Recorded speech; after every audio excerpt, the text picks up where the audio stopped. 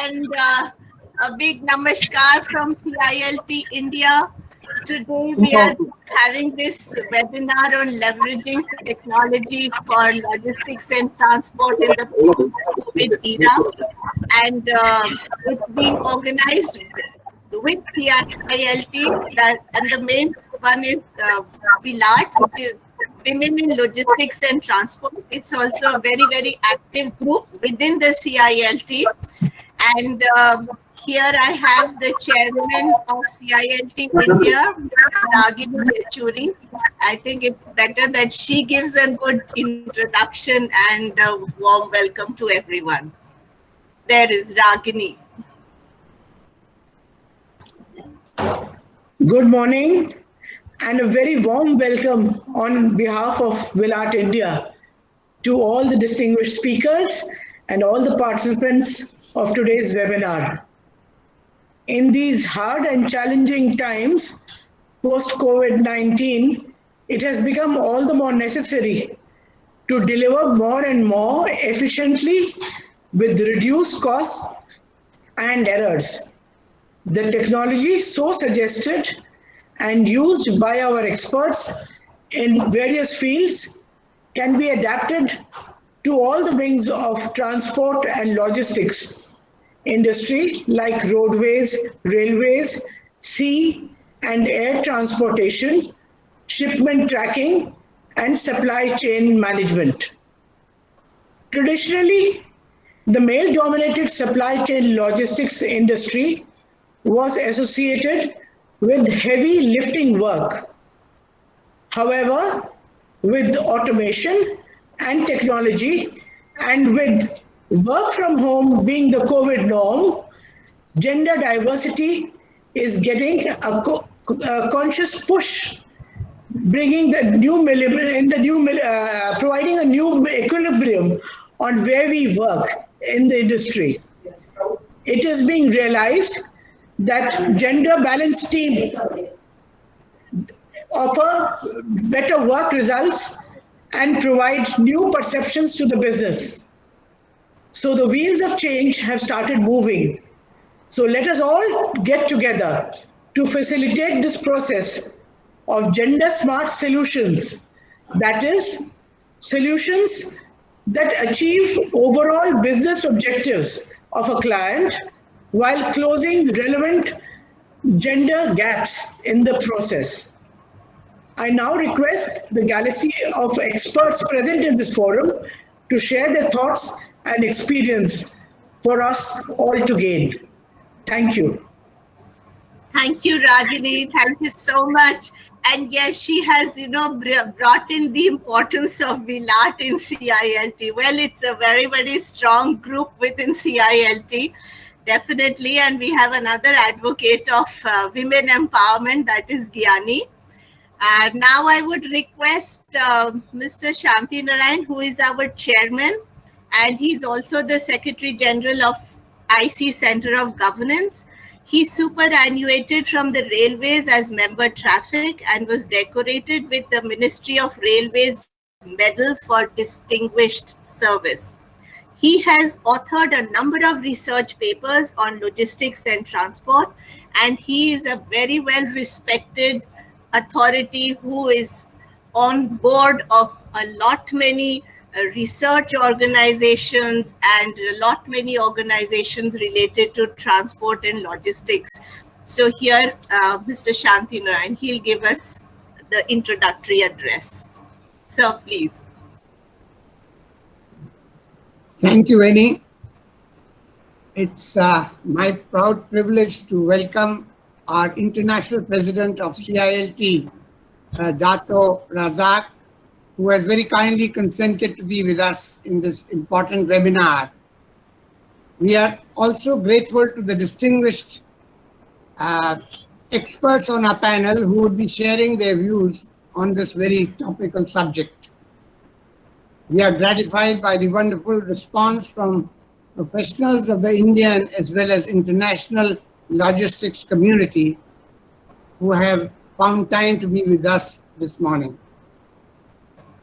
Well, ladies and gentlemen, we are today meeting under unprecedented conditions created by this global pandemic, which has been not only a medical catastrophe globally, but has led to an unprecedented contraction of the global economy. The stress at the bottom of the demographic pyramid is mind-boggling. We in India have taken heart based on conventional wisdom that even under the darkest clouds, there is always a silver lining. And we in the logistics industry, in collaboration with the Government of India, have utilized this period to push through certain major reforms, which hopefully would help in speeding up the recovery process in the post-COVID scenario. Also, instead of looking only on the gloomy side of the situation, we have taken heart by counting our blessings by way of the significant improvement in the environmental pollution levels and would give an impetus to greening of the logistics space. Coming to the theme of the webinar, we are on the verge of announcement of a long-awaited national integrated logistics policy, which would be a game changer in making a significant reduction in the overall logistics costs for the Indian business and industry. Grant of infrastructure status to the logistics industry by the government has also given a fillip to strengthening of the transport and logistics infrastructure in the country. Indian Railways have taken a bold decision to enlarge its bouquet of commodities by diverting less than train load traffic from road, including parcel traffic as well as white goods traffic. The first two dedicated freight corridors are nearing commissioning stage on Indian Railways and will contribute to a significant increase in the transport capacity of this very important transportation segment of the Indian economy. The pace of widening of the national highways has also doubled in the last 3 years, which is filling up the gap in our capacity on the roads highway sector. CILT India is collaborating with the Logistics Skill Development Council in upskilling of serving professionals, as also skilling the raw recruits who would be joining the fast-growing logistics workforce in the country in the days ahead. The current growth projections in the industry augur well for providing significant employment opportunities for the Indian youth. I will stop here because we have on our panel of speakers Mr. Anand Saroop, a Joint Secretary in the Logistics Division of the Ministry of Commerce and Industry, who is at the Nerve Center overseeing the reform initiatives of Government of India. May I now request our keynote speaker, Dr. Razak, the International President of the Chartered Institute of Logistics and Transport, to make his presentation, which is being keenly awaited by this august audience. Thank you very much and welcome. Thank you so much, sir. Thank you so much, sir. So now I present Dr. Razak, who is our International President for CILT. And he comes with a great experience in the field of logistics and transport. He started as a career with KTMB, which is the Malaysian Railways, and has to his credit setting up the land bridge services from Port Kelang to Bangkok. He is also a distinguished member of various logistics and transport, education, safety, and advisory committees. And of course, I mean, a lot of people from the railways will, definitely, identify with him because he also essentially is a railway man. So, sir, Dr. Razak, please. Thank you. Now. Thank you very much. My first slide has, I think I sent another one that the word roll is not roll, but it is roll. Yes. R-O-L-E. I sent it actually yesterday, but never mind. This is about all. Then A very good day to all.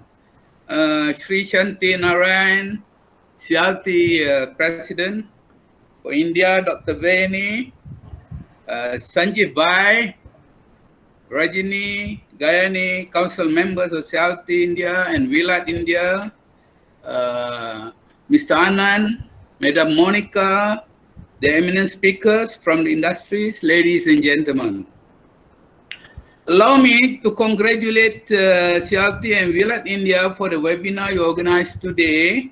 I'm so delightful to be able to present my views from the international perspective.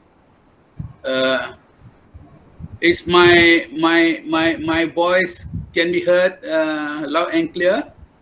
Yes, sir. Thank you. Slide 2. Okay, thank you. Let me introduce who we are. We are the leading professional body who works for supply chain, logistics, and transport. We are a global family representing professionals at all levels across all sectors. We have a mission to give individuals and organizations access to the tools, the knowledge, and the connection vital to success in the logistics and transport industry. Our institute was founded in 1919 with a mission to improve industry practices and nurture talent. We are 101 years now. Slide 3, please. Today we support over 35,000 members in 36 countries. This year, 14 May, we welcome our 36th branch, CIALTI Korea. Through our educational suite, our strong community, and our commitment to high standards, we help professionals to develop their careers and access better jobs. Slide 4, please. This is an official update. This is about sharing best practices with one and another. We encourage local CIALTs to do research at the time you are facing the pandemic all over. There's nothing more accurate and realistic to write and at the same time experience it personally. The grief and difficulties we encounter. If you choose to do it after COVID-19 gone, it's purely academic. Those are branches shown with white dots all over. Our branches and territories responded to our request for the research and findings. Slide 5. Next slide. Thank you. These are our responses to COVID-19. 3 main factors being focused during the crisis. They are leadership. It is during the crisis that demonstrating leadership is so important and so critical, especially us in CIALTI. Wherever you are, we need to be connected. Strong communication has to be set up so that information will be disseminated, not only fast, but factual and real. It will overcome fake news, resulting to chaotic and uncertainty. Exhibit calm leadership is a must. Number 2, membership and education. Sharing and caring, assist members and partners during difficulty. Moral support and advisors really needed. Stay stronger together at all times. Last but not least is finance. During difficult time, money hard to come by. Saving and careful spending is essential. However, new source of income need to find.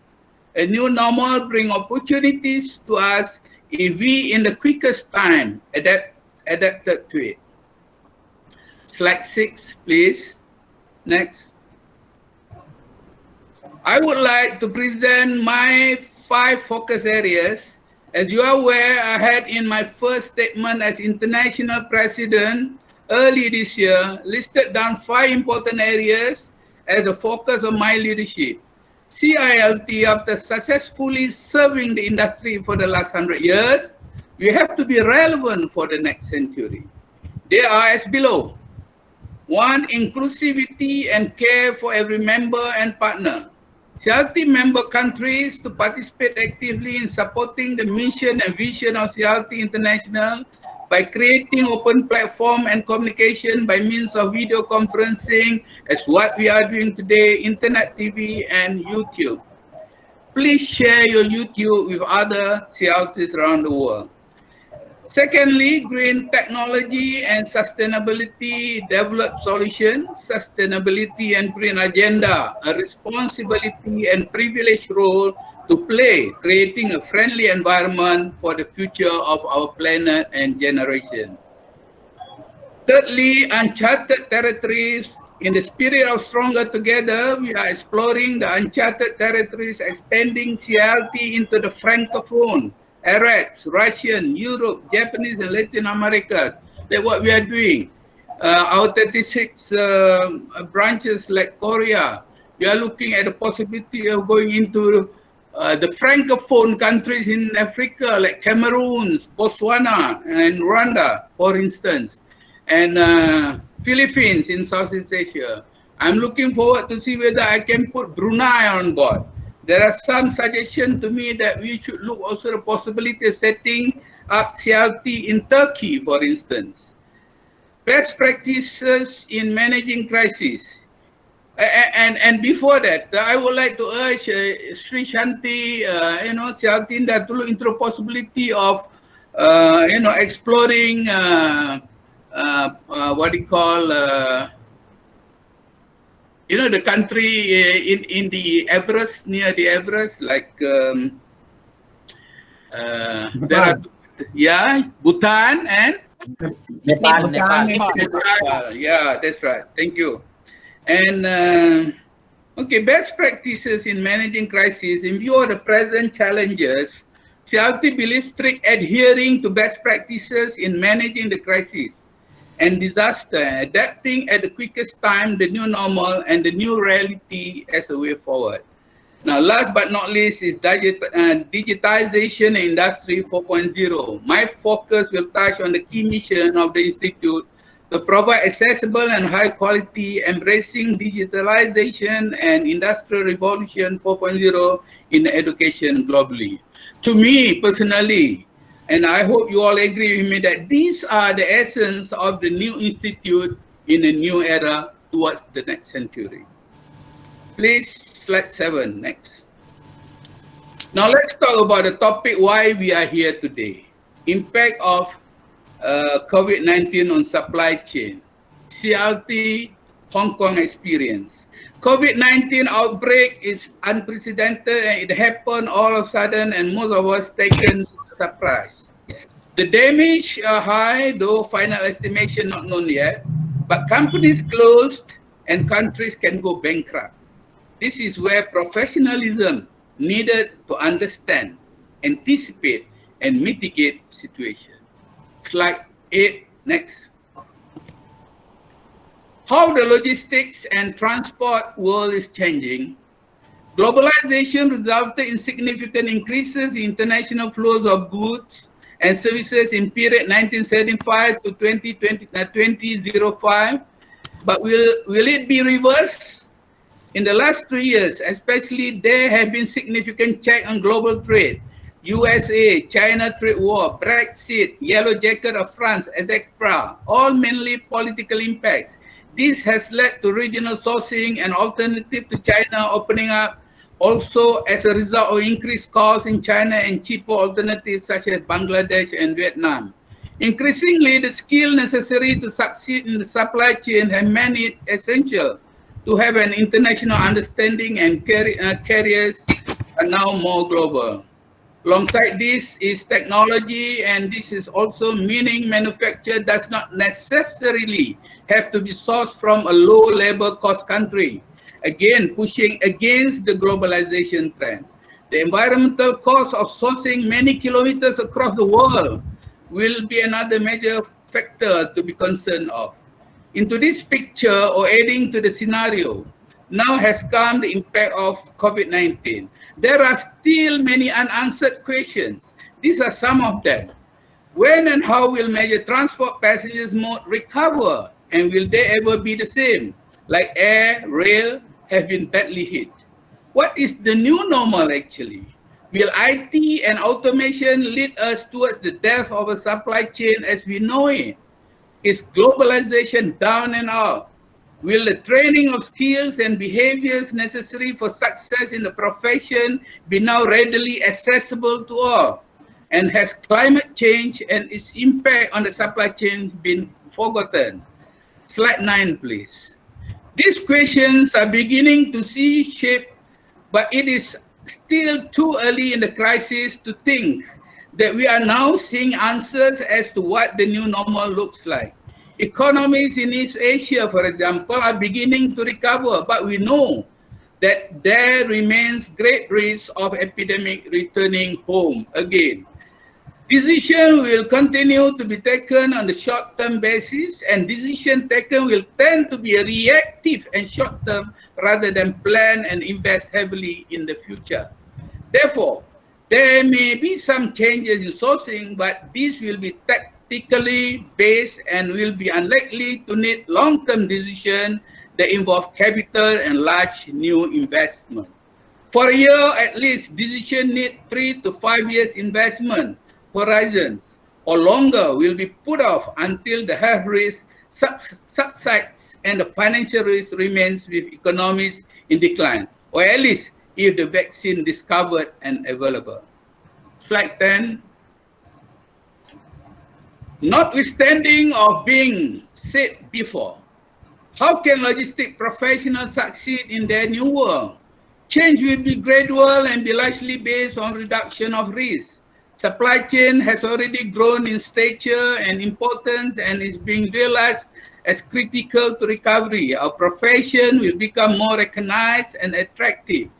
Any immediate and easily seized improvements achieved by IT, automation or digitization will be implemented, but only those that give immediate result. Example, blockchain by Mars and Dubai Port World, able to be implemented rapidly.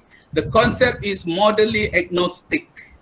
Adoption of e-exchange of information rather than manual documentation will be seized upon.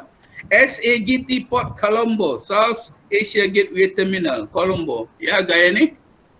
There remains an opportunity to embrace and deal with the climate issue, but the risk is that in seeking to return to normal, businesses and governments will ignore the opportunity to tackle some of the deep-seated issues. It is more likely that we will resume air travel as a way back to normal rather than seek to continue to support the trends away from air and use that moment to radically change how we transport people and goods. This is about green and sustainability. Slide 11, please.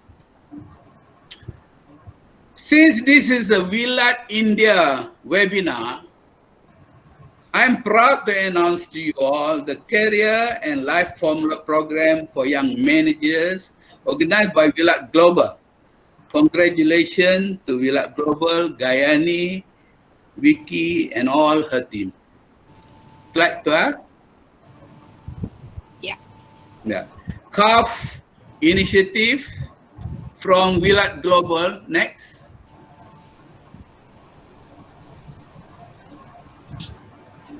Yeah.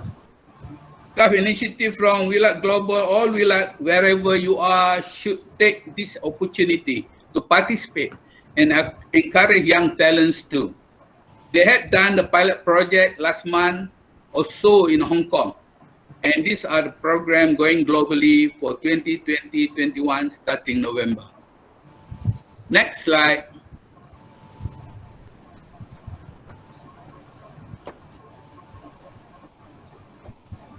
Yeah, this is about new skills.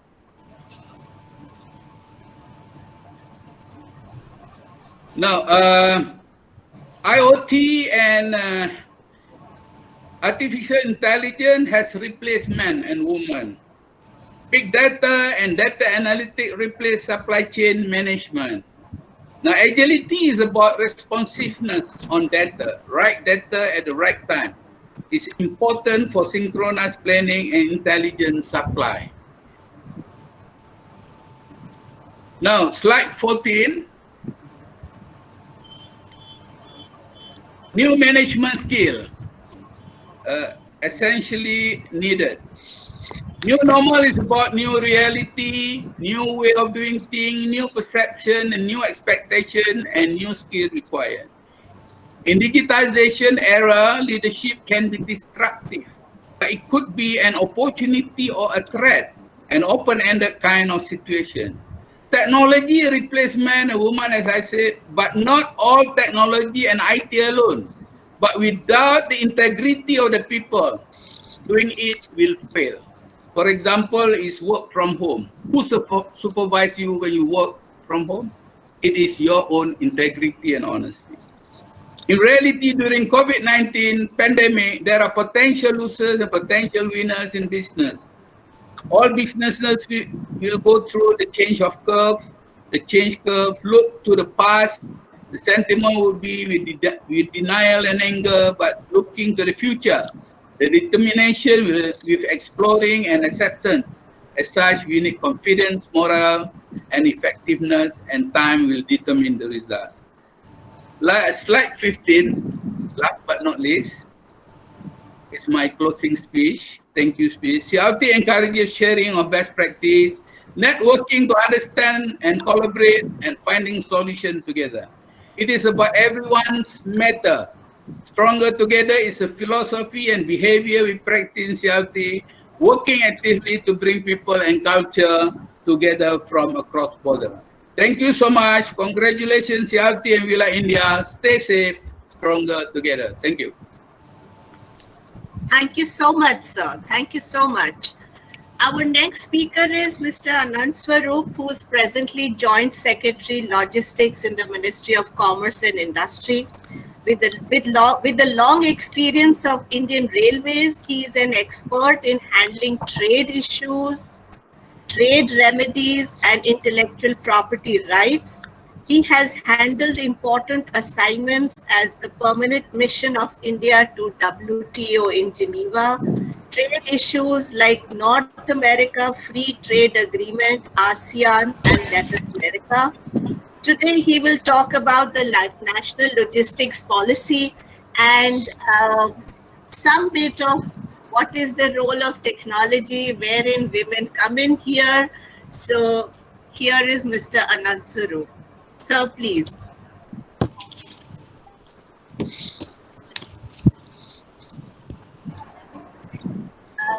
Sir.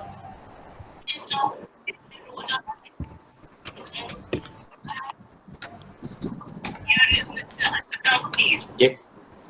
Can you see the screen, please? No, sir, it's a blank screen only. Earlier it was there a PPT, but now it's blank.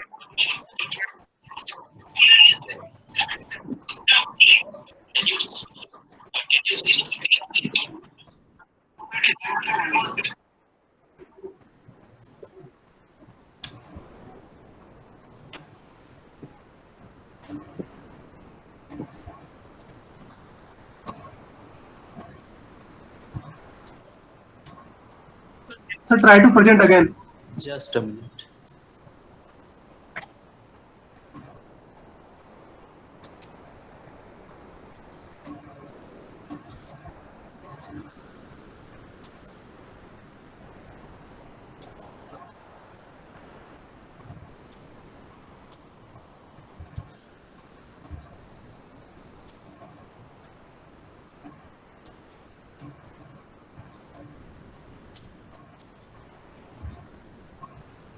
I'm unable to share the screen.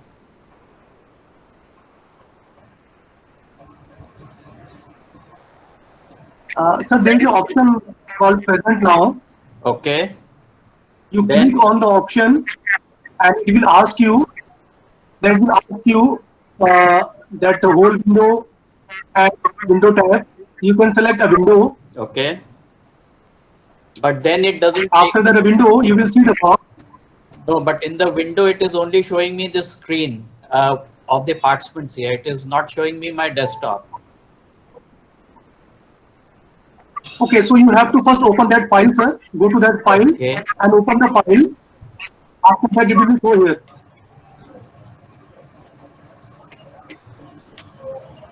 Yes, it's now there. So now can you see it? Yes, sir. Now we are able to see that.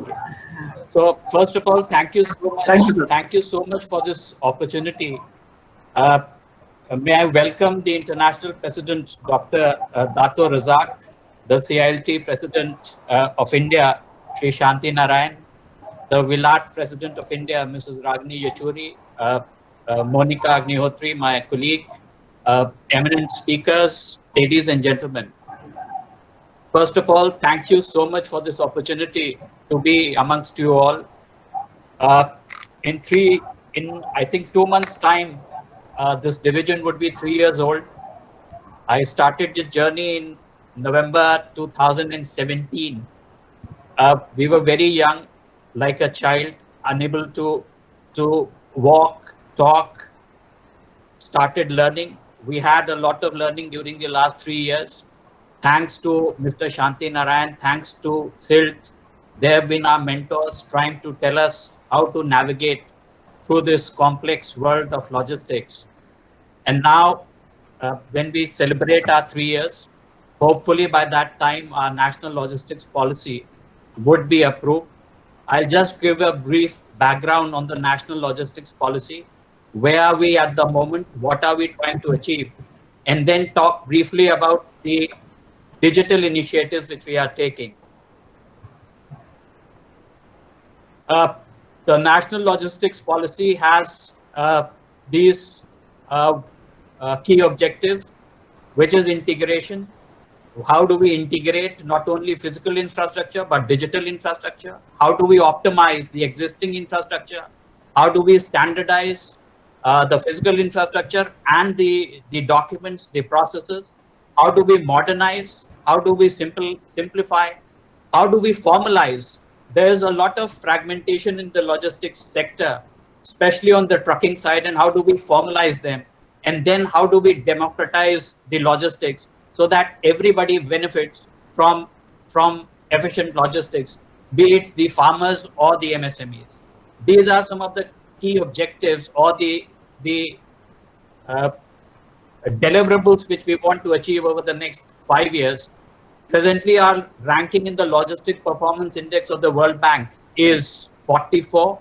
We want to reach between 25 and 30 over the next 5 years. Reduce our logistics costs by 5%. There's a debate in India, what is the logistics cost in India as a percentage of GDP? Several figures keep on floating around, 13%, 14%, 8%, 9%. But there is no clarity into what is the logistics cost in India. But of course, we believe that there is a lot of room for improvement, and that could be achieved through optimization and integration of the infrastructure. And then, of course, develop some indigenous metric to continuously monitor and improve the logistics in the country. So these are the 5 pillars on which the national logistics policy is now based on. First pillar is about integrated logistics services, which I talked about integrating the fragmented industry into one.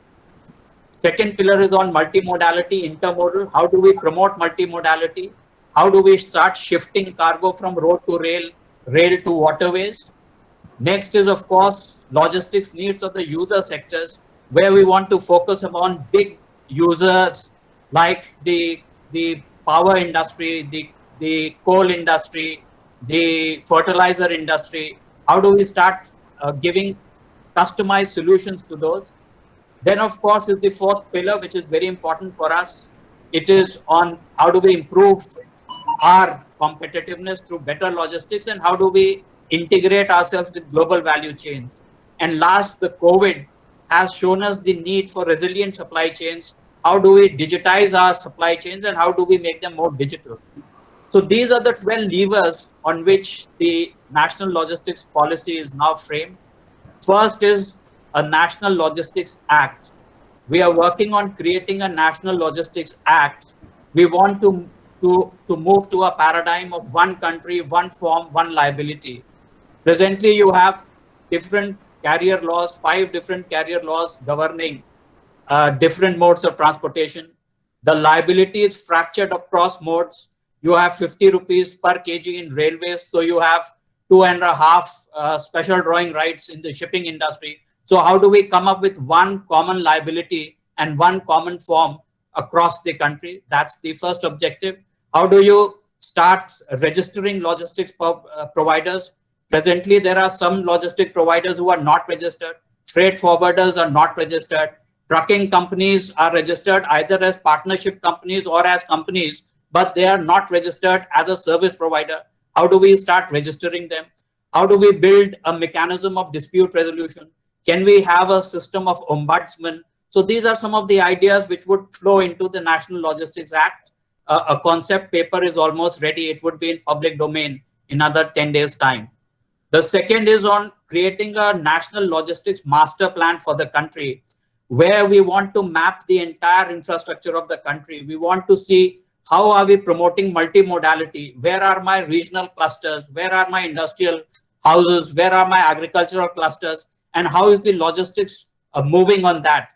And I'm very happy to announce that even the Prime Minister had taken a meeting on the National Logistics Master Plan, and the Prime Minister's office is now involved in development and creation of the National Logistics Plan.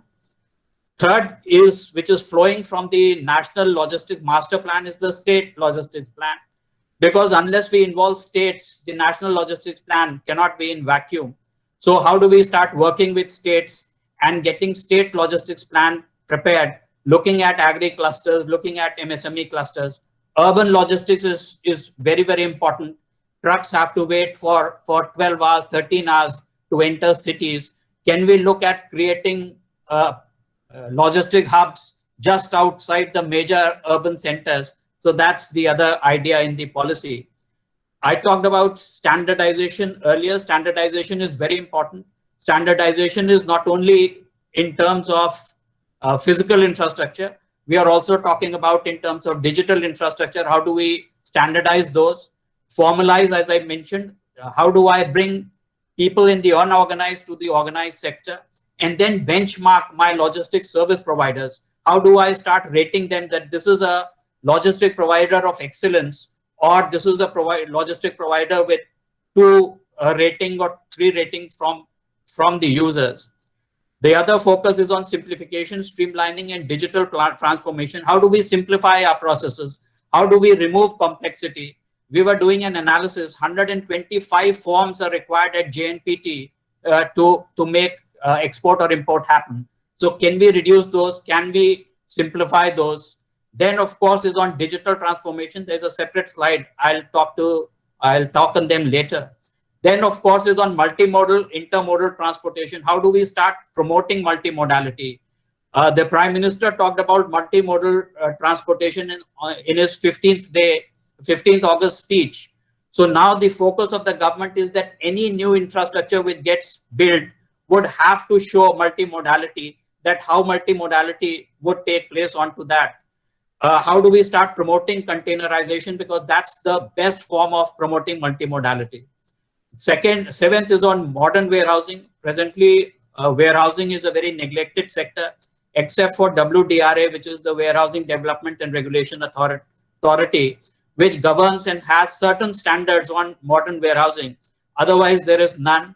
So we are coming up with a draft on modern warehousing, and then work with the state governments to move towards modern warehousing and making it more standard. Then logistics infrastructure for export and import of goods. We have done an analysis. We are working on a project where we want to see that the ports, 60 kilometers from ports, we find is the most congested area, and where the average speeds around 7 kilometers, 10 kilometers. And how do we increase it to 30 kilometers? So that's the big idea which we are working on, improving the logistics infrastructure around ports, 60 kilometers radius. Then, of course, is the professionalization of the logistics sector. Dato Razak talked about that the COVID has thrown many challenges. It would require new skill sets. So how do we specialize that? We are working with the Logistics Skill Council. We are also working with SILT. How do we bring in professionalization into the logistics sector? Then, of course, green and clean logistics is very, very important. Yesterday, the minister said we should come out with some metric where we should show what is the impact of every mode of transportation on the environment in terms of the cost, in terms of rupees or paisas per ton per kilometer. So that metric we are working on. We are also working on a project with Germany on Delhi Mumbai. How do we make it as a green corridor, and how do we start making modal shifts from road to rail? Then, of course, logistics for emergency response. It is how important the resilience of supply chains is. How do we digitize them? And last, but the most important, is coordination mechanism, because logistics is cutting across so many ministries, so many stakeholders. How do we build mechanisms so that there is a coordination happening and seamless movement of cargo and documents take place? So this is broadly which is there, and these are the 7 levers which would drive the national logistics policy. We hope to release it for interministerial consultations in the next 2 weeks. The topic of today is about digitization. So I am highlighting some of the digital initiatives which we are taking. The first is that we are creating a national dashboard where we are putting on the map of India the entire inventory of logistics. Where are my warehousing? Where is my road network, rail network? And on that, how is my products flowing? What is my average lead? Say cement, what is my average lead of cement? What is the average lead of perishables? What is the average lead of coal? Then above that is the costing layer. What is the most ideal mode of transporting, whether I'm using the right mode or I'm not using the right mode? So that's the national dashboard which we are creating. The RFP is already out. We hope to roll out in the next 6 months. At least some of the case scenarios would be there. Then these are the 7 digital initiatives. One is ULIP, which is the Unified Logistics Interface Platform.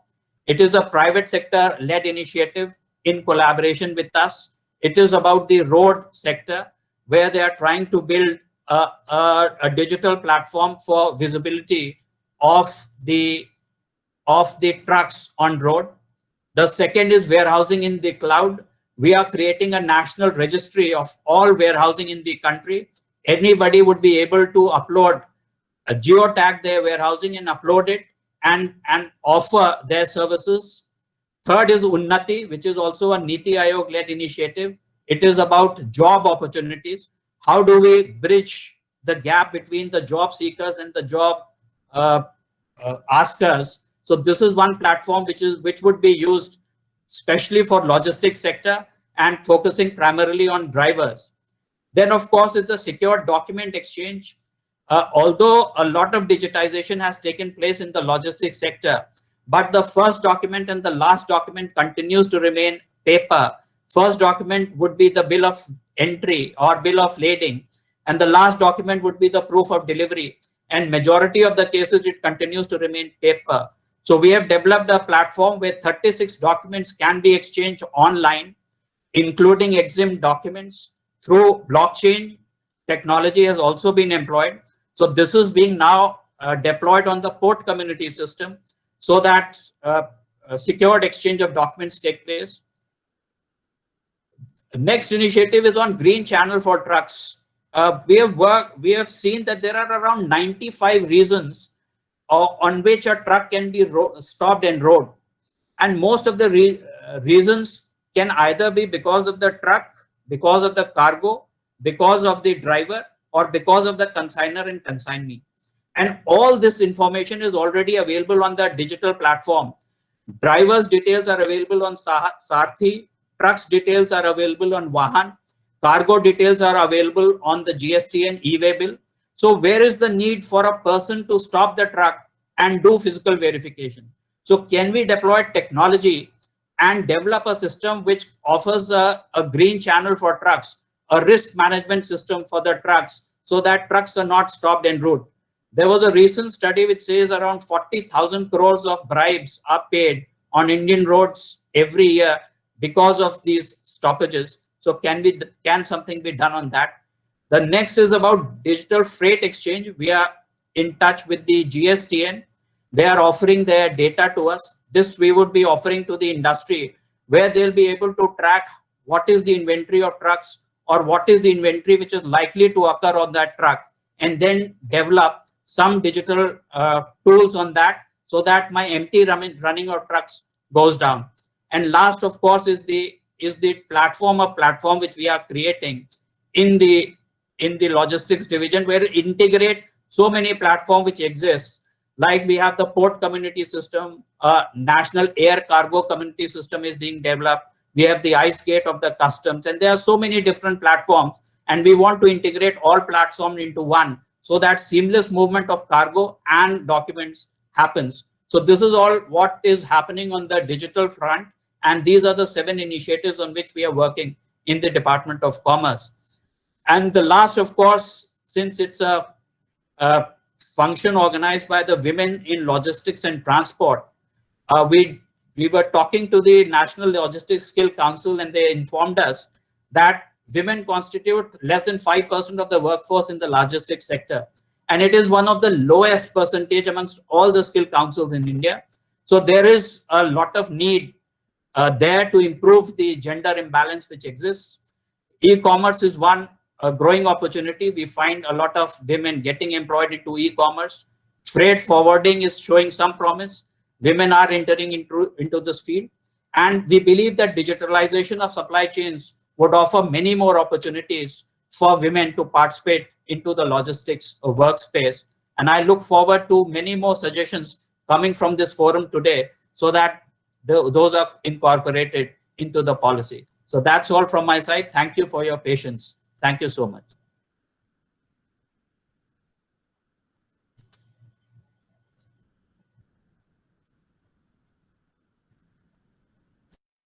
Ma'am, you are on mute. Thank you so much, Anant. And I think his presentation was very enlightening, because all of us have now really understood what the logistics policy is all about and how much work has gone into creating the various aspects and looking into all the aspects. And of course, I mean, his input on how women can be also included more and more into this sector, I think it's brilliant. Thank you so much. Our next speaker is Gayani. She is the global chairperson for Vilat, and she is also a leading professional of supply chain. She's a chemical engineer by profession and was working for a long time with Unilever. She's a strong advocate of women empowerment, and she's also on the board as a board member of Women's Chamber of Commerce and Industry in Sri Lanka. So she works for women with a passion. So here is Gyani. Please go ahead. Thank you. Ayubowan, in the customary Sri Lankan way, may you live longer. That's what it means. Yes, thank you. Thank so you, much. everyone. It's really a privilege to be part of this wonderful webinar. And I'm really thankful to Vilat and CILT India for inviting me, and especially my previous speaker. It was really strategic, and I'm really happy that y'all are moving in the right direction, getting the support from the government. That is the most important thing. And the fact that CILT is at the forefront of working closely with the government is what we really want to emulate in all countries. So thank you so much. And bringing the diversity agenda into the government policy is something really refreshing. Thank you so much, Mr. Anant, for your presentation. It was really informative for me. Dear ladies and gentlemen, thank you once again for inviting me to be part of this webinar.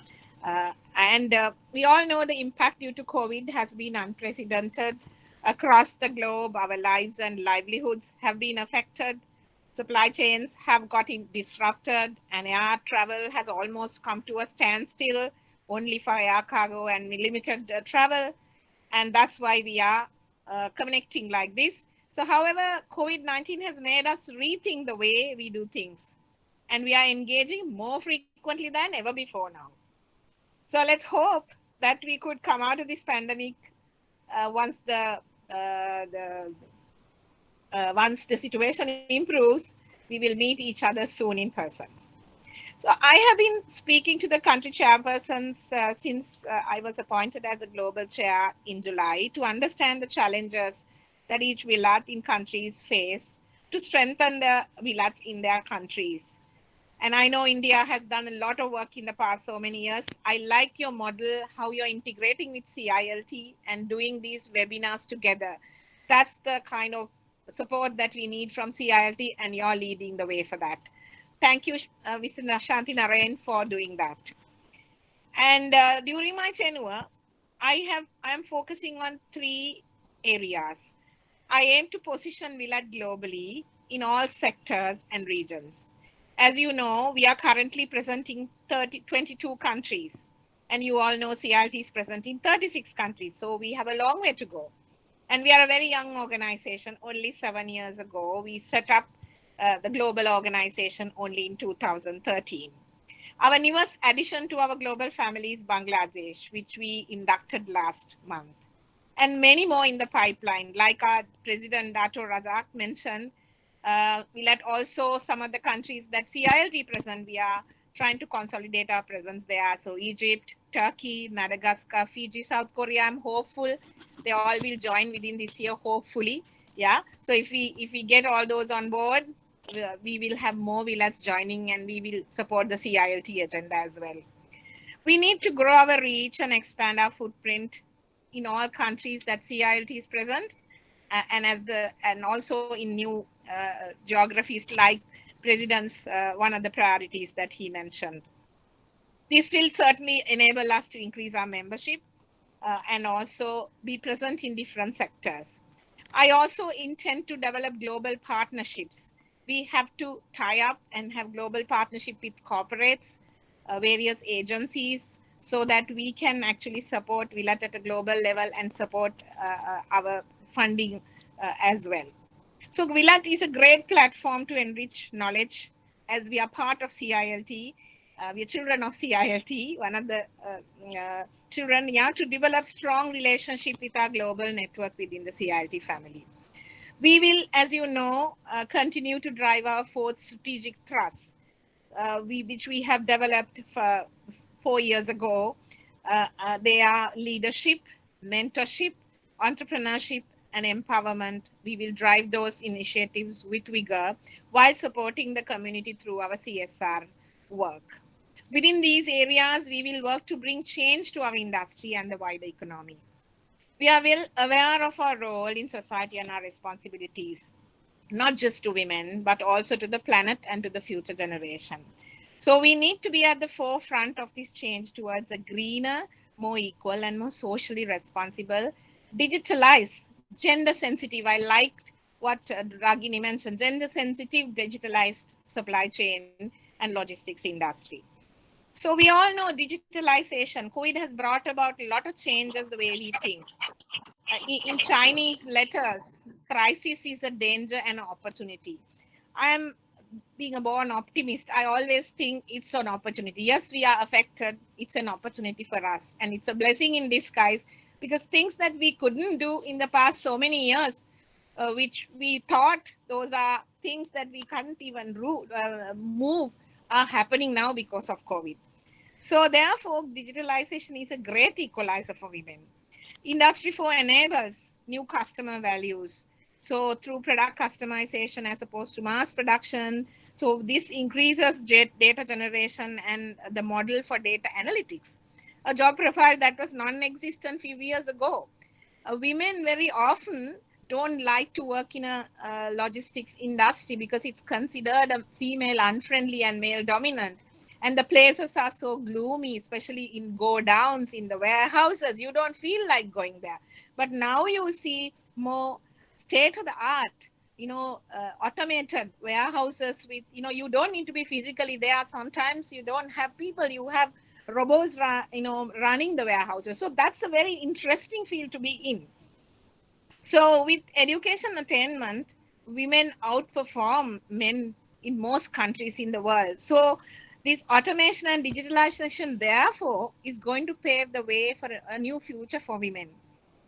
And also this creates many opportunities for women to access markets. We know a lot of the women during this pandemic have got into e-commerce space, right? And that is a great opportunity for women. And there are a lot of opportunities to reskill ourselves because the new way of working. And we have so many opportunities for different learning platforms, the MOOCs, the learning platforms, and we need to reskill ourselves so that we are ready for the new normal and the new future that we are seeing in time to come. And also this flexible working arrangement, the working from home, opens up new opportunities for us. Women are born multitaskers, but when you're managing, you will have these flexible arrangements, not only for women and men as well. It will save our travel time. It will help us to manage. But what is important to understand is the policies have to be changed to suit this new working environment. Do we have the labor laws aligned for women or men to have work in these environments? So we need to also really look at how we're going to manage this new normal that is going to pan out for us. Let me talk a few things that we did during COVID. As you all know, we were the first to start the webinars, so we started a series of webinars. Now we're going to continue. Since we were all in most countries were under lockdown, we were doing webinars on how to manage working from home arrangements, the personal protective equipment usage, when the airports and ports were opening up, what are the challenges. We brought in experts from CILT and WILAT and various experts from the industry to share with each other. President's efforts to really share with each other the best practices was really a good thing, so that we have a huge access to knowledge now, which we didn't. Yes, we had it, but this helped us to reach out to many experts in the industry as well. And also International Business Forum, which is going to be launched very soon, again, President's initiative, which will really open up new opportunities for women as well as men and for the wider society in our industry. So these are things that has really happened during COVID. And I'm really happy that the president also mentioned about our Leaf Calf program. Yeah. So this, I was going to talk about it. So you started off it. I'm really happy about it.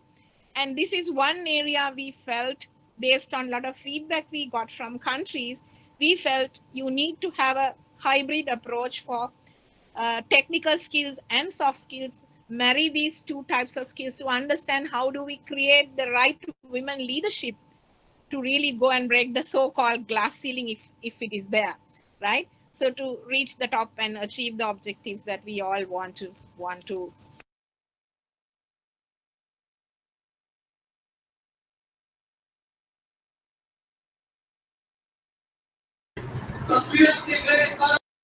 Ma'am, your mic is muted.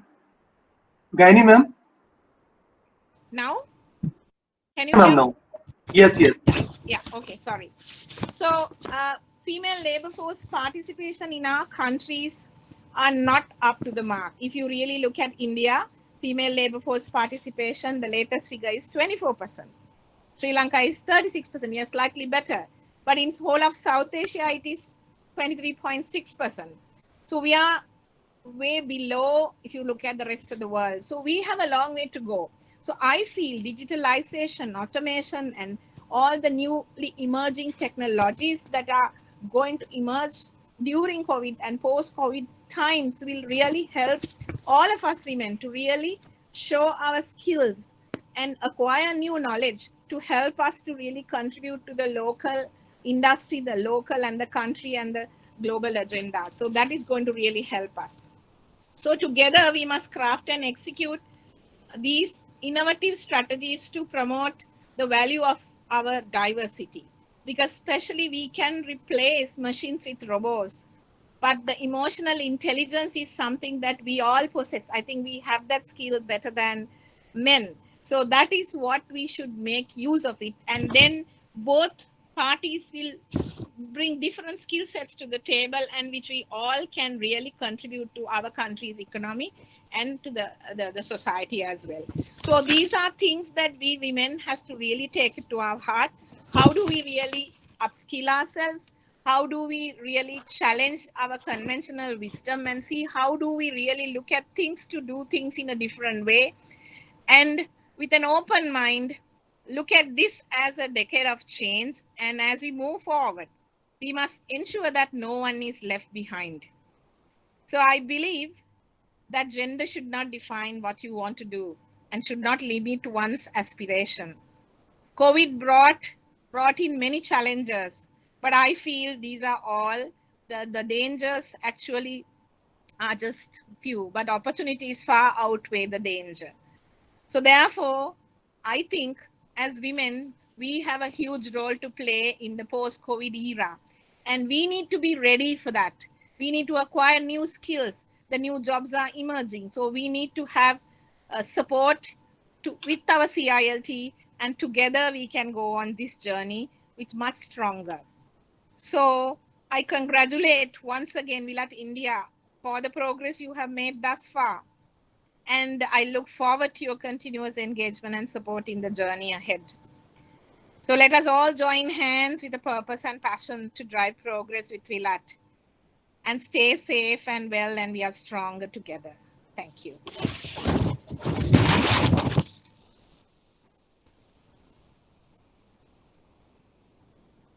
Thank you, Gayani. Thank you so much.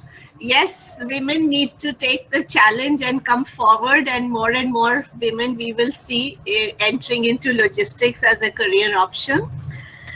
Now our next speaker is Mrs. Poroma Munshi Rebello. She's currently Commercial Director of India Infrastructure and Logistics Private Limited, India Links.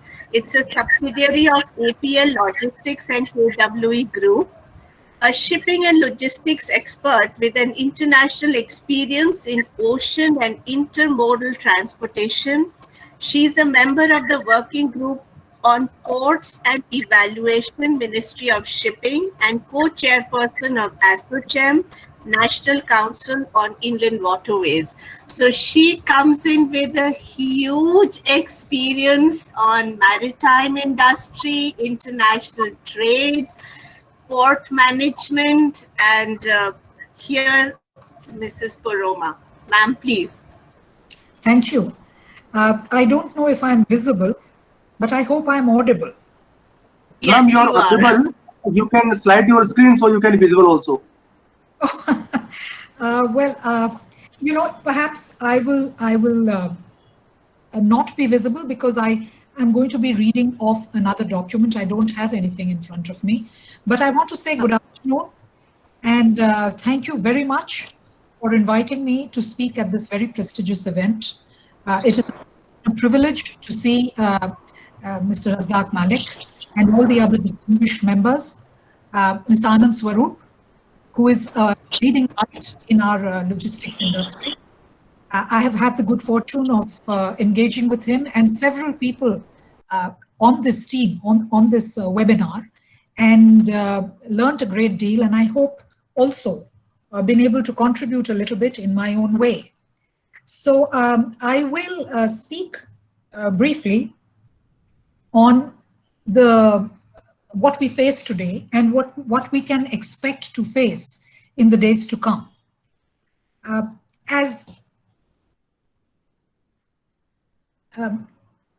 The analysis of the topic given to me, which I may digress a little from, was analysis of Indian ports and the maritime industry and international trade in the post-COVID era. Just to take a step back, the world, all of us, has literally been turned on its head since early this year, facing, and we are all tackling a pandemic of frightening proportions. And quite naturally, people, countries, and economies have taken time to come to grips with the extent of the impact of the COVID-19 pandemic, with countries just going into total lockdown from March and April this year.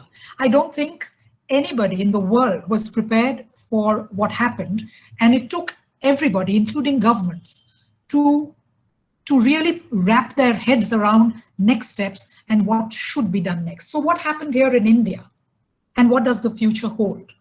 As far as the maritime industry is concerned, of course, there was considerable decline in cargo traffic at all the major ports due to the COVID-19 pandemic.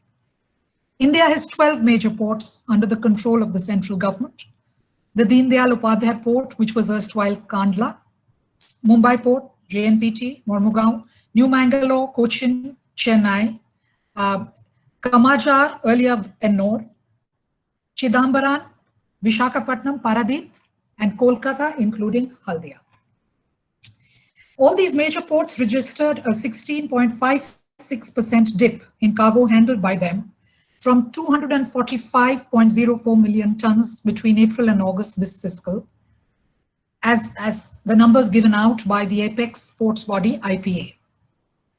However, the Indian government took almost immediate steps to ensure that the port sector, the maritime sector, and the related ancillary sectors associated with the sector should not suffer as much as possible. And very early in the lockdown, the Indian government asked the 12 major ports to ensure that there were no penal charges being levied from port users during the lockdown period, plus another 30 days of recovery time. There was a detailed advisory on the 21st of April, which the Indian government said should be implemented in letter and spirit. And the ports were asked to ensure that no penal charges, including demurrage, detention, dwell time, anchorage, berth hire, performance-related penalties, etc., should be levied on any port user for any delay whatsoever in either docking, undocking, loading, unloading, evacuation, cargo repair of vessel, cargo and repair of vessel, etc. This was an advisory from the Ministry of Shipping. The Ministry of Shipping announced that due to force majeure triggered by the coronavirus, this will be applicable for all port-related activities affected. But what happened to the rail and the road sector? While my experience has been primarily in shipping, I am now part of the container train operator industry, and I have been associated for the last several years with the entire supply chain, intermodal, multimodal supply chain network in a very complex Indian hinterland. So what happened with the railways and roads?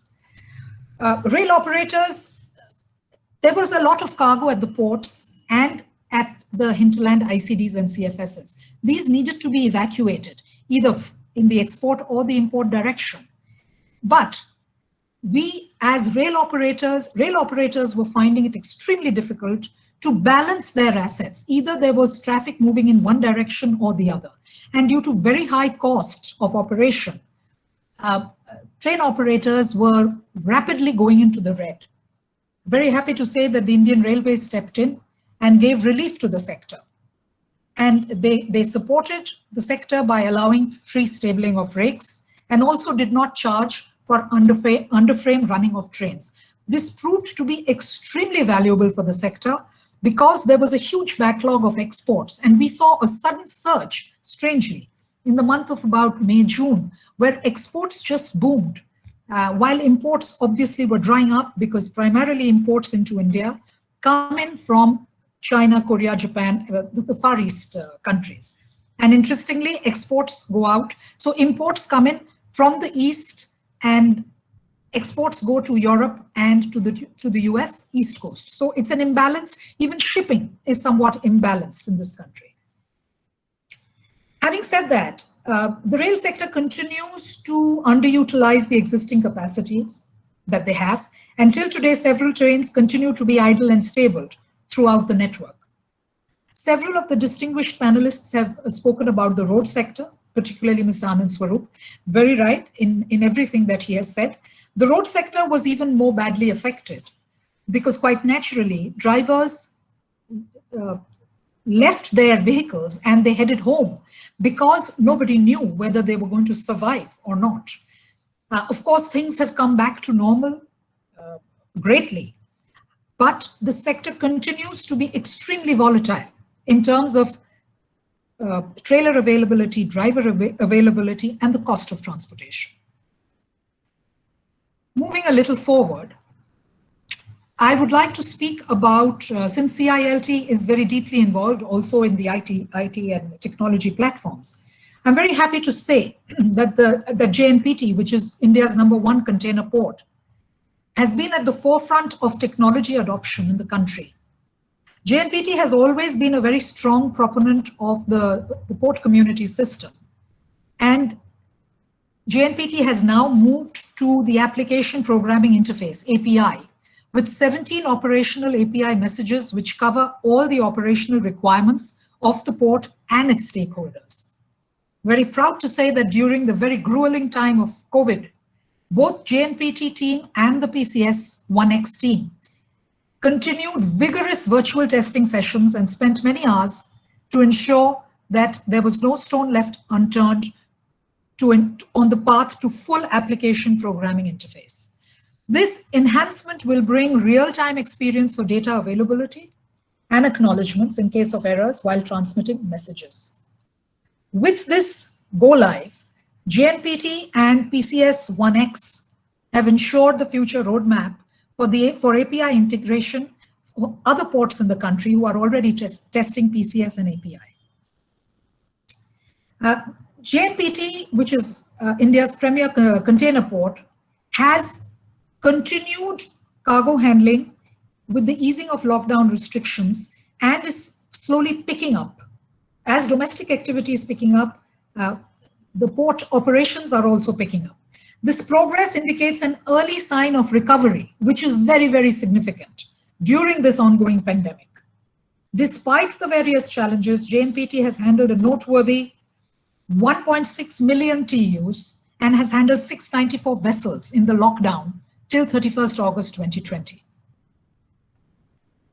I will not elaborate more on the PCS because it is available in the public domain, as is the API. Or suffice to say that the PCS and the API system is a platform which has the potential to revolutionize maritime trade in India and really bring it at par with global best practices and pave the way to improve the ease of doing business, world ranking, and our logistics performance index globally. On another note, the Director General of Foreign Trade, DGFT, has also notified streamlining of what is called unit quantity codes in DGFT's EDI system and the customs IceGate system. The customs, this is the usage of the harmonized standard unit quantity code will be used at the time of filing shipping bills on the export side and bills of entry on the import side in IceGate. And it is being mandated through various public notices through the month of August 2020. So is there any sector in the maritime world or in the logistics sector where this has been a silver lining, this entire period of lockdown, easing, pandemic, which continues? As a matter of fact, yes. It is a very interesting point to note that, and various analysts have evaluated shipping line profitability for 2020 and found that if global carriers can hold their nerve, I quote, can hold their nerve, they are now collectively on the course for one of their best financial years ever. Shipping lines, I must say, I doff my hat to them. They have reacted to this in a way which has been very responsible and also sensible in terms of business.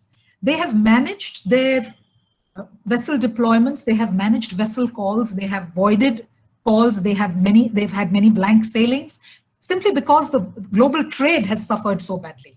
But as a result, and as shipping lines continue to exhibit strong capacity and pricing discipline, globally, they are on the path to a potential profit of as much as between 12 to 15 billion US dollars in 2020, which is a significant improvement over past year performances of shipping lines. Based on interim results so far, and I'm quoting from the SAM Chambers, which is an international analyst body. Based on interim results so far, shipping lines carriers have increased their profits in the first half of 2020 by a stunning 160%. If shipping lines continue to maintain fiscal discipline and continue to maintain, while continuing to give the kind of service which is demanded by the trade, they stand to have a remarkable turnaround from the early warnings that many analysts predicted for the shipping industry. So I think this is something that all of us can learn from. And while, of course, there has been some concern in the United States and China about extremely high freight rates, the fact remains that it is a success story in a very difficult time, and we should try to take the best learning from this experience. Going forward, since this webinar is organized by, and this is really in conclusion, and I'll be happy to, we can always have a Q&A session with the president and the other speakers if required, if I may be so bold to say, but since this is organized by the women's section of the CILT, there is one thing I would like to say. I strongly believe that gender diversity is just a part of gender neutrality. Personally, I know there is nothing, even in this sector, that men can do that women cannot. So my advice, in my limited experience, my advice to women will always be, please be out there in the field. Please be at the port. Please see how a vessel is loaded and unloaded. What is a bulk vessel? What is a container vessel? Please be at an ICD. Please see what happens when a train comes. Please see how a Kalmar operates. There is actually no rule book in the logistics industry. The fact is, every day is a new day. And in our developing countries particularly, we work without process predictability. We might assume that a particular thing will happen at such and such time. Invariably, it does not. So I have a great deal of respect for the management in our countries who are in this sector, management and the people in this sector, because our management and work experiences are without precedence. So when you are working in an atmosphere environment without precedence, I think it really sharpens and hones your skills. But for that, you have to be out there. So once again, I would urge women to engage in the practical and the operational aspects of our sector. Please volunteer for the tough jobs, not those which keep you behind a desk. Women must be prepared to face unprecedented challenges. And I'm confident they will do well and come out a winner. And my last piece of advice to them would be, please do not be shy to take credit for what you achieve. Thank you.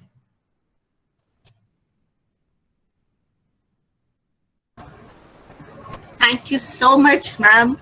I think your presentation gave us a complete insight on what is happening to the maritime industry in these COVID situations. And the last piece of advice that you've given to the women is, yes, be there. And I would urge you, ma'am, to be a part of Vilat, work with us, help us in mentoring women so that more and more women are encouraged into taking up logistics as a career option.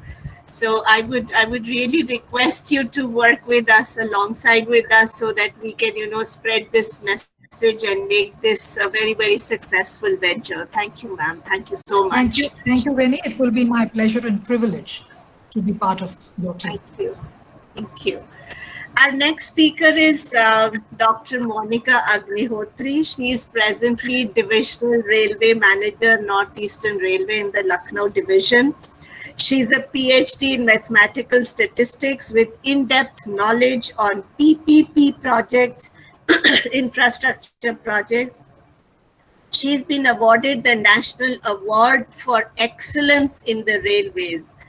And in these COVID times, she has been delivering and dealing with a lot of situations about migrant labor. And very recently, I think yesterday, we were seeing that, Northanva, which is in her division, has started loading off automobiles. So that's another, a feather in her cap. So Monica, please, for you, the platform is open. Thank you very much, Veni. A very warm good afternoon to everyone. And especially I would like to thank CILT and Vilat in particular for again giving me an opportunity to be a part of this esteemed webinar and to reach out to all the very, very eminent persons who are my preceding speakers, the CILT President, Dr. Rajak, Shanti Narayan sir, and Madam Gayani, and Mr. Anand Swarup, my other co-panelists. I would certainly like to put on record my thanks, and at the same time, I would also like to start with a disclaimer that being the last on the list is not so easy, especially on a weekend and just before the lunchtime is about to begin. But believe me, my session is not really going to be a very heavy one, and having been given this opportunity at a very short notice, my thoughts I will be sharing with you in sort of an not a very structured way, I can say, because I don't have any formal presentation to make, but certainly I would like to share my thoughts. And the topic on which I would be touching upon today is leveraging technology for rail-borne logistics and transportation, COVID and beyond. So when we talk of Indian Railways, it would not be a euphemism if I say that we have truly leapfrogged in the last few years, particularly in the last 1 decade.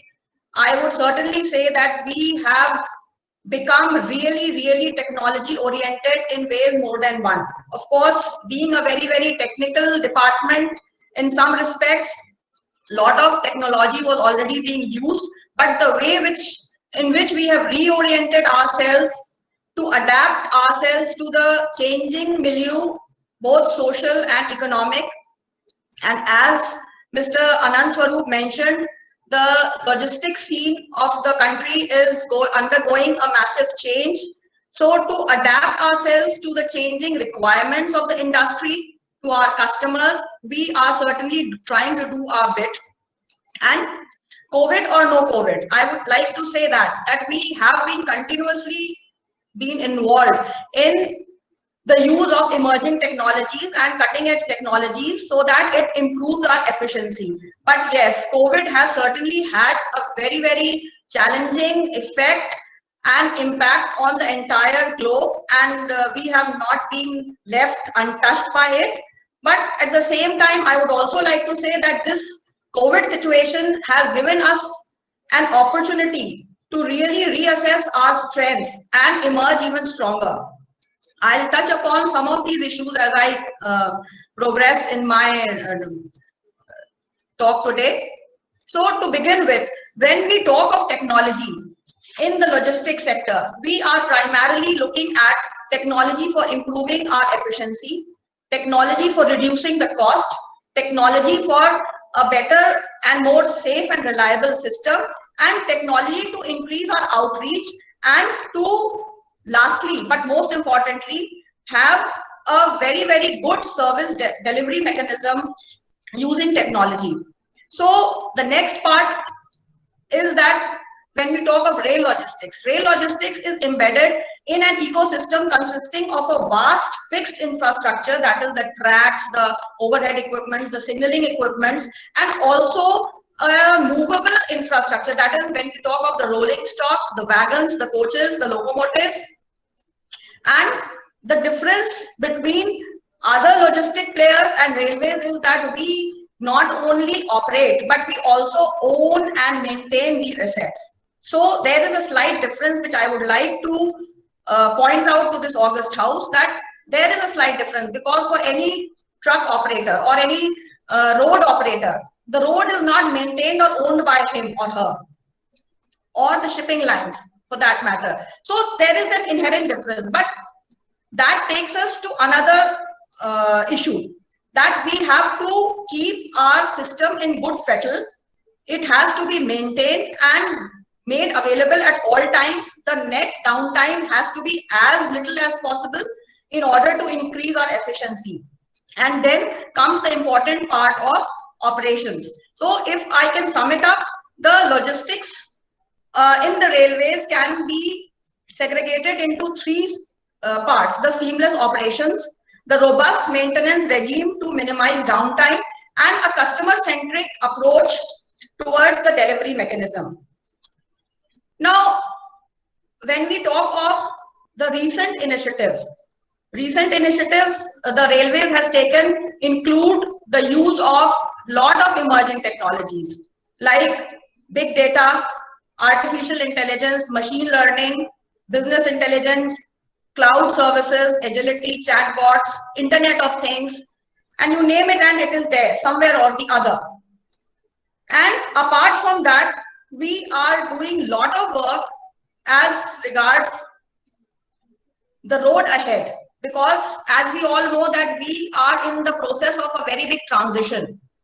A transition in the sense that the requirements of industry and the requirements of customers are changing, as well as we are also trying to reinvent ourselves in these times to reorient ourselves to become one of the best railways in the world. We are currently the 4th largest network in the world, but we have our own challenges. So at a very quick pace, we are evolving, and this is a time of transition. And during this transition, we are using all these technologies.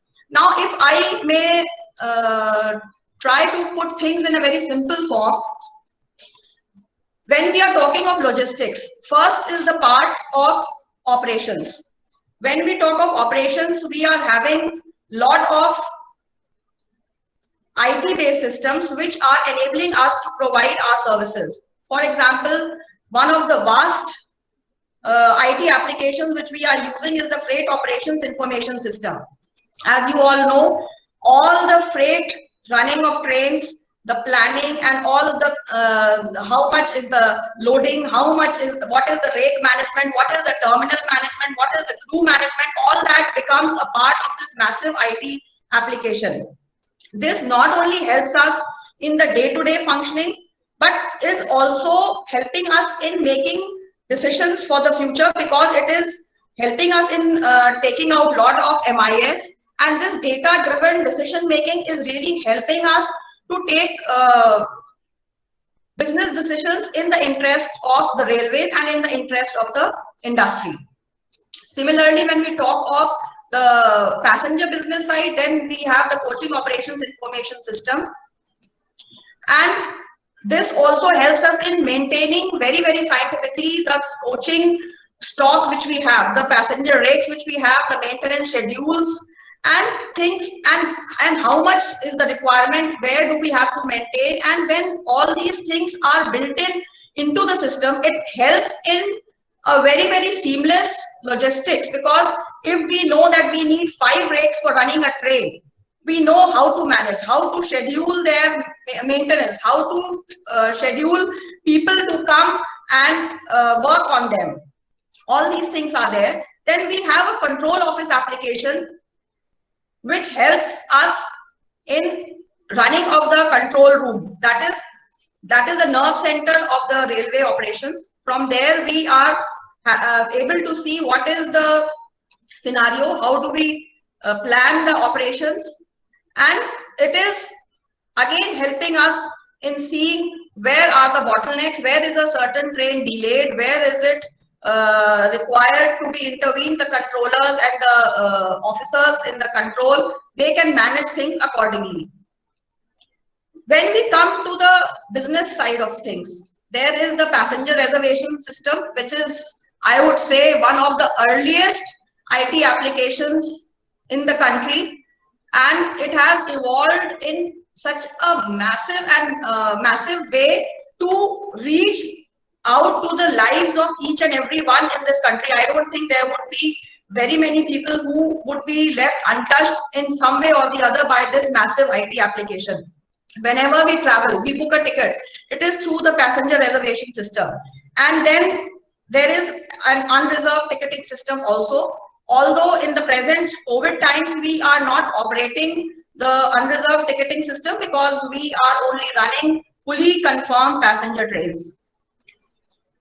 Then on the infrastructure side, for the maintenance, we are having a lot of machine maintenance now. We are not resorting to manual maintenance, and we are moving away from manual maintenance.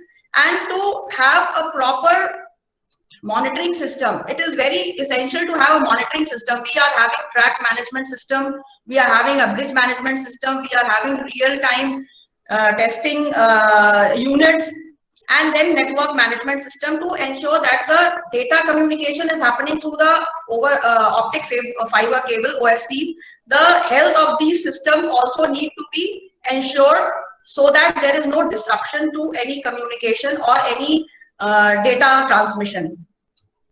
Similarly, for tracking and tracing also, these systems are also enabling us to help track and trace in case any consignment is booked on the freight side. From the FOIS, a customer can track the consignment. There is one Spurti app, that is an app in which one can ultimately track and trace and also see a lot of other information related to the good shares and for cargo booking. When we talk of the freight customers, a lot of recent IT initiatives have come, although they are not really recent, but some of them, yes, they have transformed the way in which we can reach out to our customers. The e-indenting system. So earlier the manual indents were placed and all these things were leading to a lot of trouble for the customers, and also a lot of problem issues used to arise for the railways. But now with the advent of these systems, the e-indenting, the electronic RRs, and then the electronic transmission of RRs. So we have really sort of reached out in the virtual space to our customers, and all these things have really helped us during the COVID times.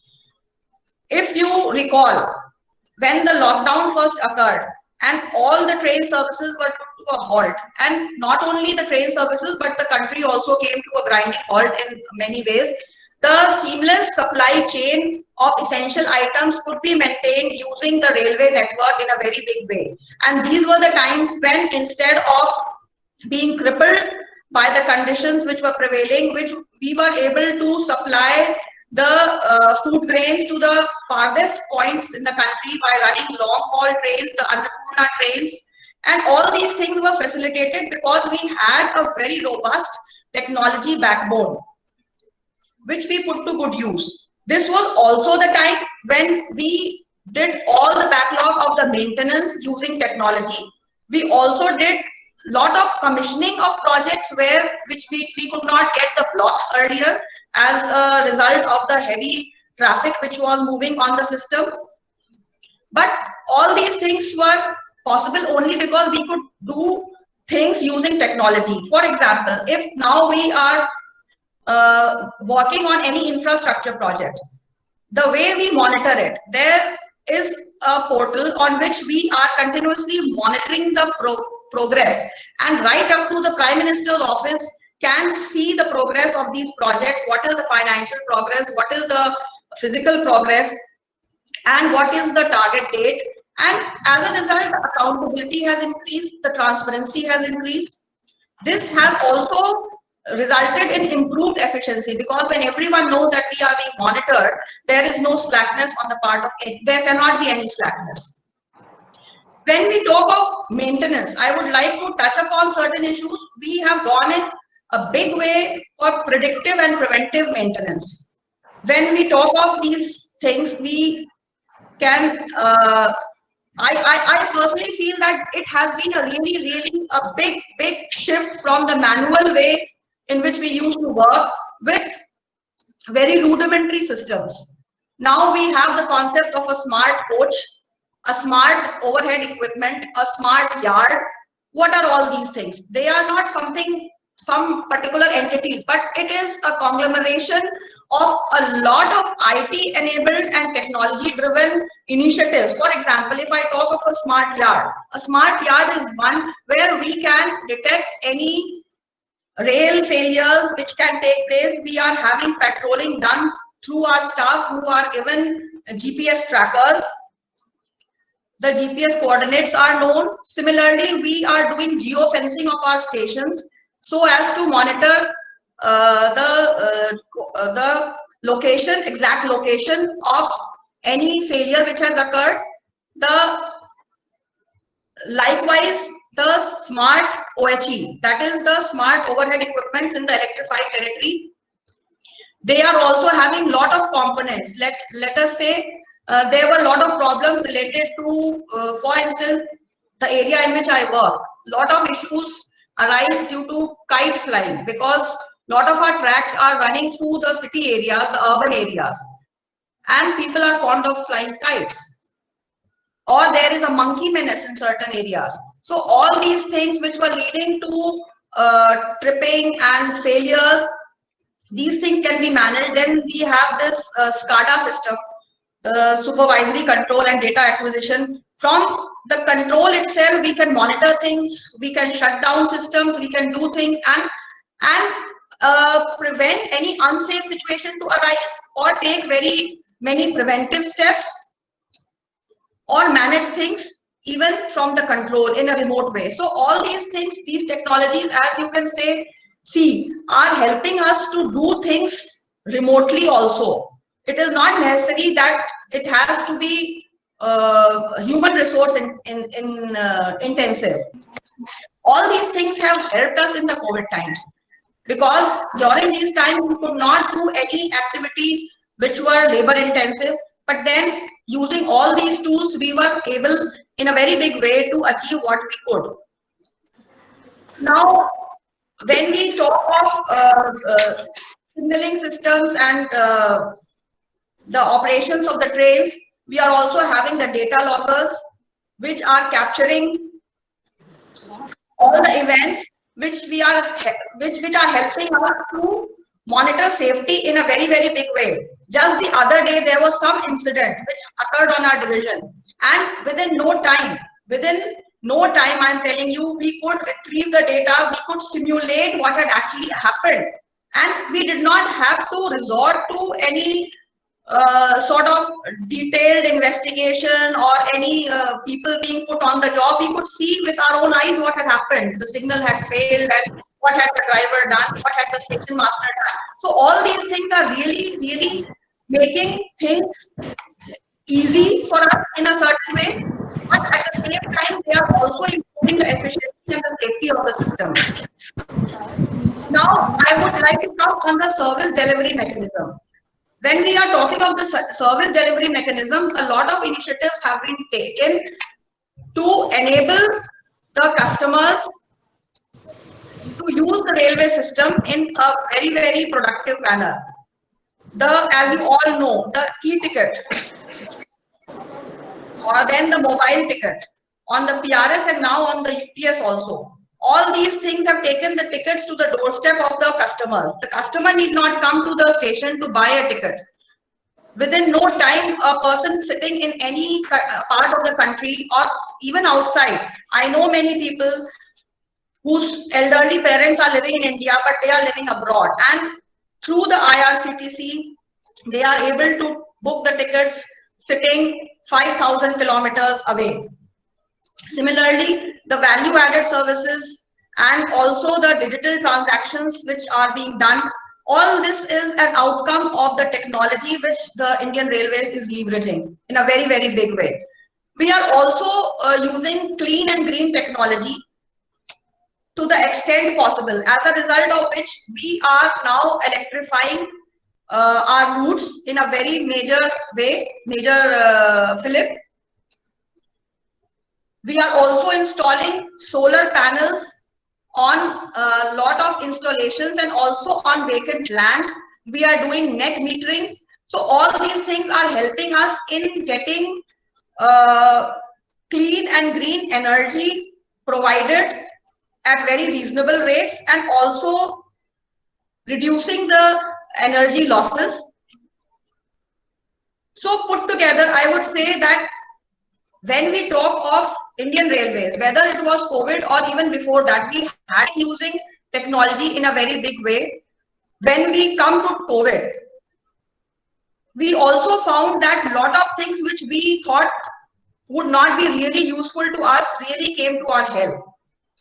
And during such times, we got a fillip to use a lot of many things like the drawings and approvals, the plans, which were earlier on manual platforms which we were using.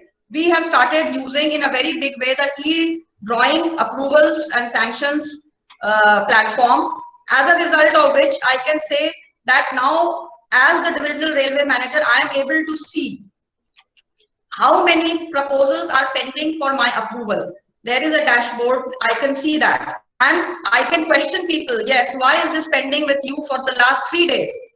This has really speeded up the approval process. So all these things are ultimately building into the efficiency part.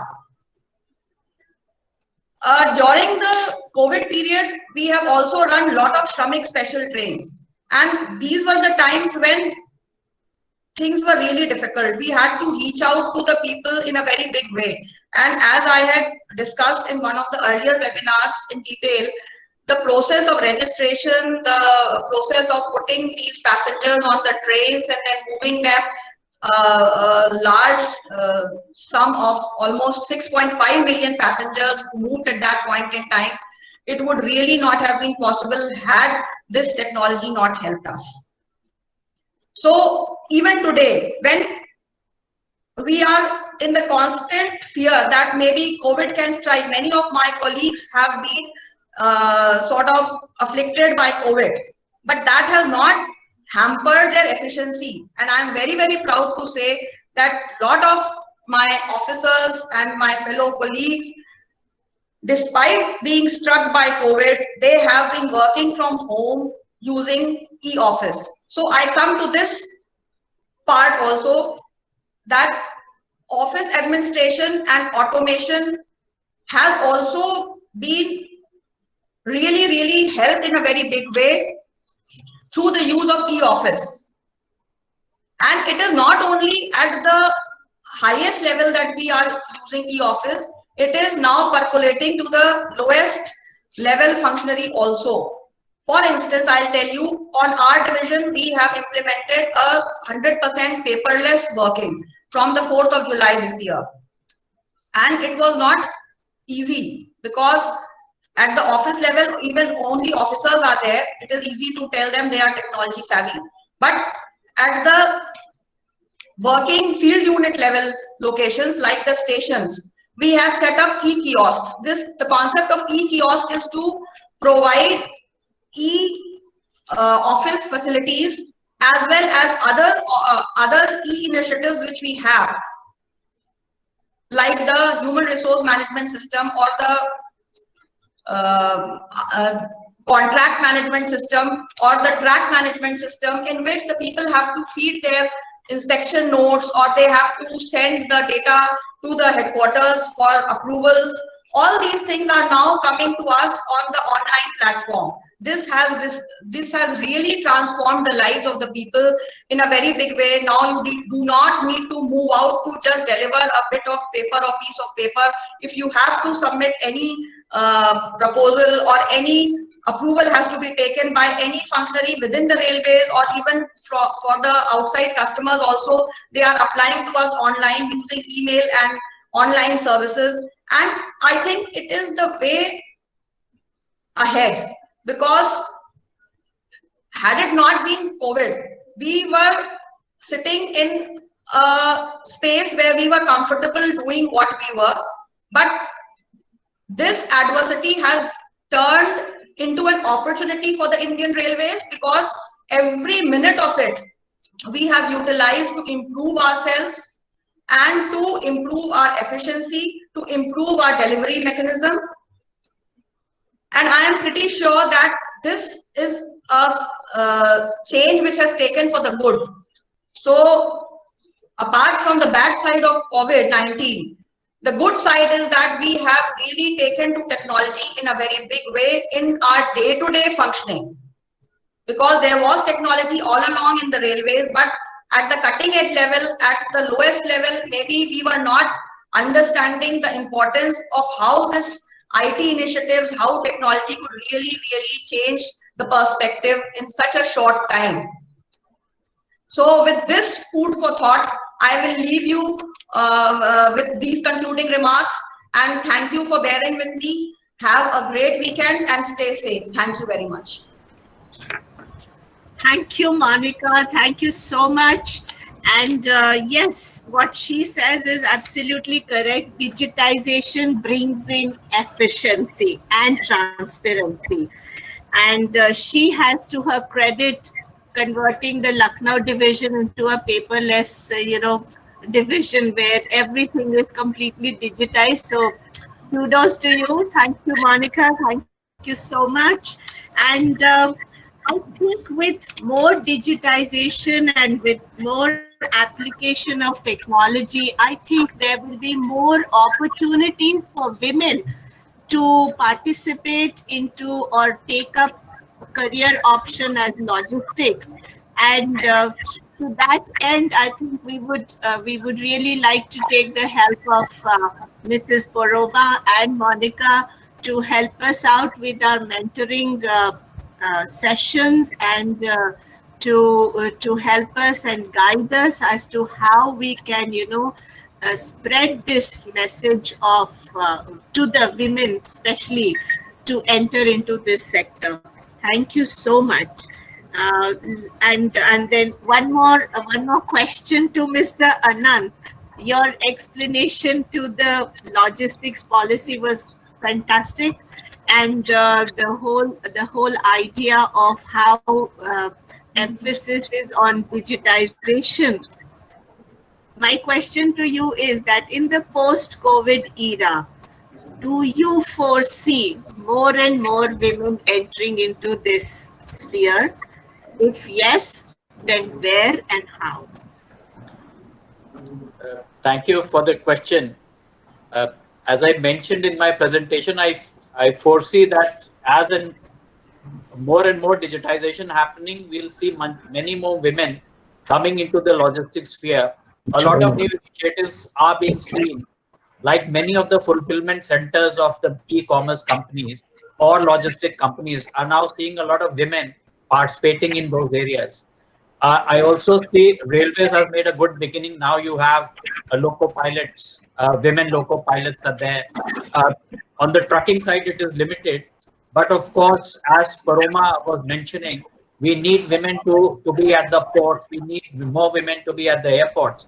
So I think with more digitalization happening and more awareness coming, and if we are able to improve the working environment of the people in the logistics sector, we'll see much more women coming into this sphere. Thanks.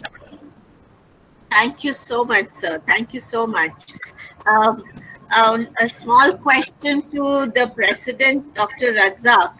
As an international president, sir, what is your view and strategy for CILT to become a major contributor for efficiency in logistics in the post-COVID era?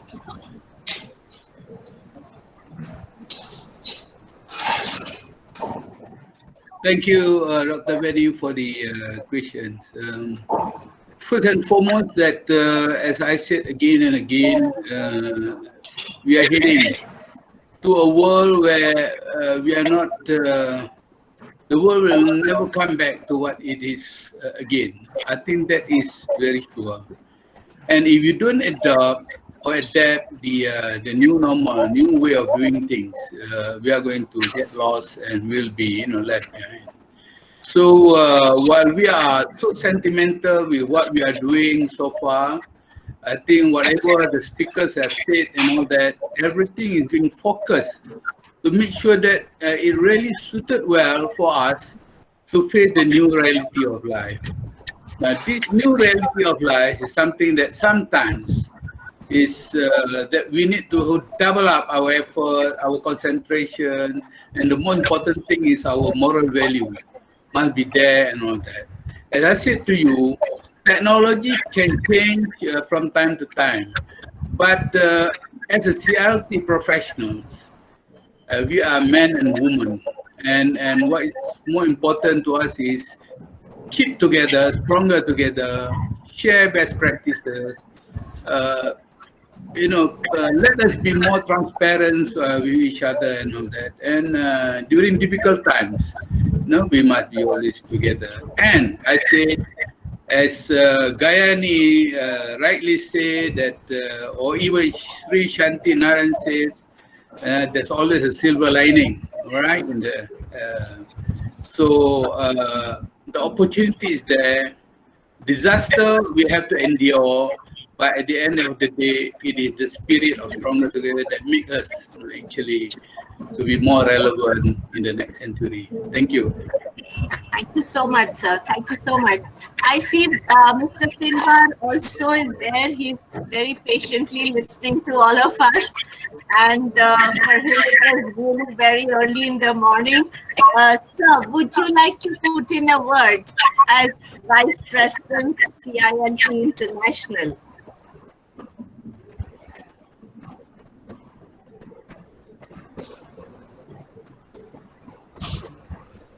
So you need to unmute. Yes, sorry, I've unmuted myself. Thank you very much, Dr. Veni. It was a good presentation from everybody this morning. It's so interesting to hear what's happening in another part of the world, and what every speaker has said, we have a lot to learn.